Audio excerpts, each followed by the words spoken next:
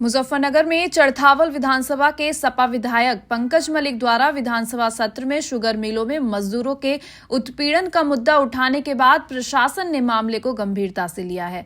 विधानसभा अध्यक्ष के निर्देश पर लखनऊ से गठित जांच समिति मुजफ्फरनगर पहुंची और क्षेत्र की प्रमुख शुगर मिलों में निरीक्षण किया। जांच टीम ने आईपीएल शुगर मिल तितावी और अपर दोआब शुगर मिल शामली का दौरा किया। टीम ने मिलों में वेज बोर्ड लागू न करना, ठेकेदारी प्रथा को बढ़ावा देना और मजदूरों की सुविधाओं में कमी जैसे आरोपों की गहनता से जांच की।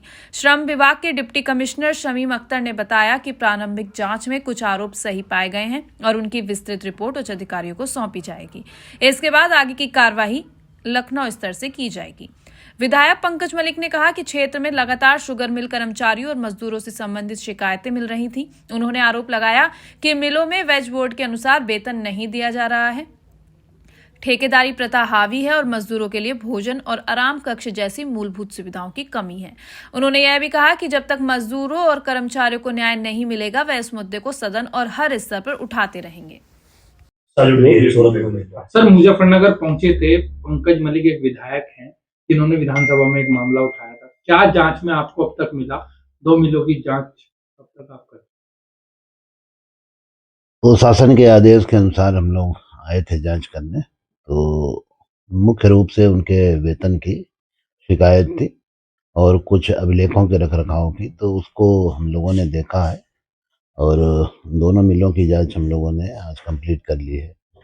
तो कल उसकी रिपोर्ट हम लोग लेबर कमिश्नर उत्तर प्रदेश को वो सौंपेंगे। तो सामान्यतः जो जांच में चीज़ें, जो 2 तरह के मजदूर हैं, एक तो जो उनके रोल पर हैं उनको वेज बोर्ड उनको मिल रहा है और उनकी जो मुख्य शिकायत है कि जो ठेके के मजदूर हैं उनको वेज बोर्ड के अनुसार सुविधाएं नहीं मिल रही।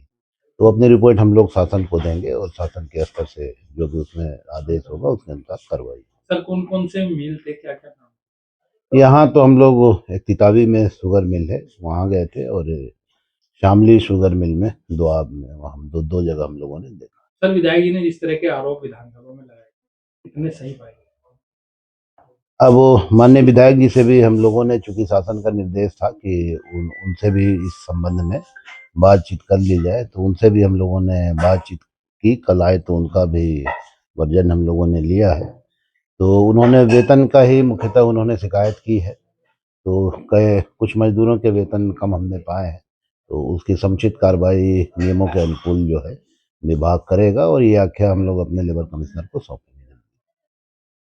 विधायक जी, एक मामला आपने उठाया था विधानसभा में जिसको लेकर टीम पहुंची है जांच के लिए मिलों को, क्या था वो मामला? देखिए, जब हम लोग क्षेत्र में जाते हैं तो यहाँ के लोगों ने मुझे समस्याएं बताई। मैं मिलों में गया, हमारे यहाँ जनपद मुजफ्फरनगर, शामली, आसपास के बागपत, बड़ौद, जितने भी मेरठ, जितने भी जिले हैं, सब में जब हम लोग पहुँचते हैं तो वहाँ के मिल में नौकरी करने वाले लोग मुझसे मिले।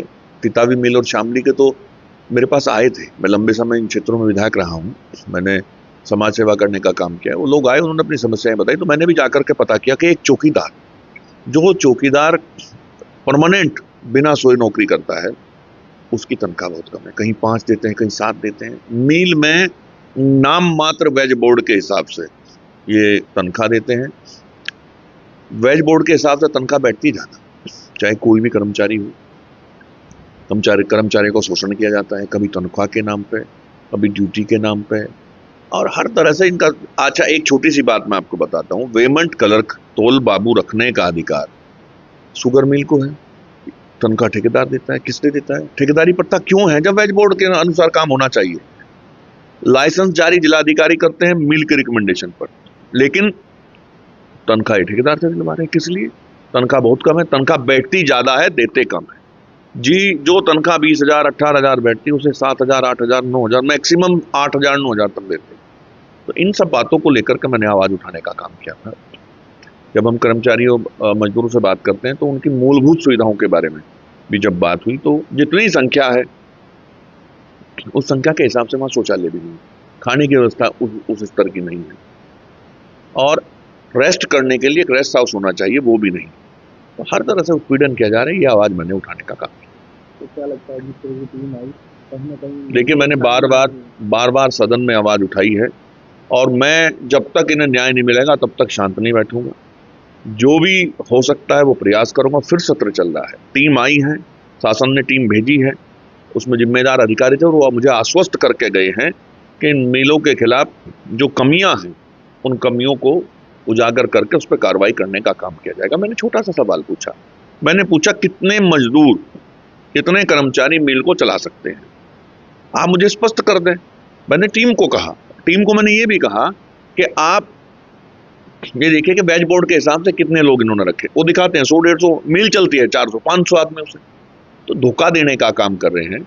और जबकि अगर मिल की बैलेंस शीट आप देखें तो प्रॉफिट जाता है, और जिस कंपनी का प्रॉफिट जाता है वो बोनस देती है, ये बोनस भी नहीं देते, बोनस में 1000 दे दिए, 2000 दे दिए, मैक्सिमम 2.5 दे दिए। मतलब हर तरह से मजदूरों का शोषण हो रहा है। इस आवाज को मैंने मजबूती से रखा और अब सत्र चल रहा है। इस सत्र के बीच में अगर उन्होंने कोई कार्रवाई ना की तो मैं फिर आवाज को उठाने का काम करूंगा, और अन्य भी और रास्ते हैं उन सारों पे हम लोग मजदूरों की आवाज को मजबूती से रखने का काम करें। अपनी राय हमें कमेंट बॉक्स में जरूर दें। ऐसे ही लेटेस्ट अपडेट्स के लिए हमारे चैनल रॉयल बुलेटिन को लाइक, शेयर और सब्सक्राइब करना ना भूलें।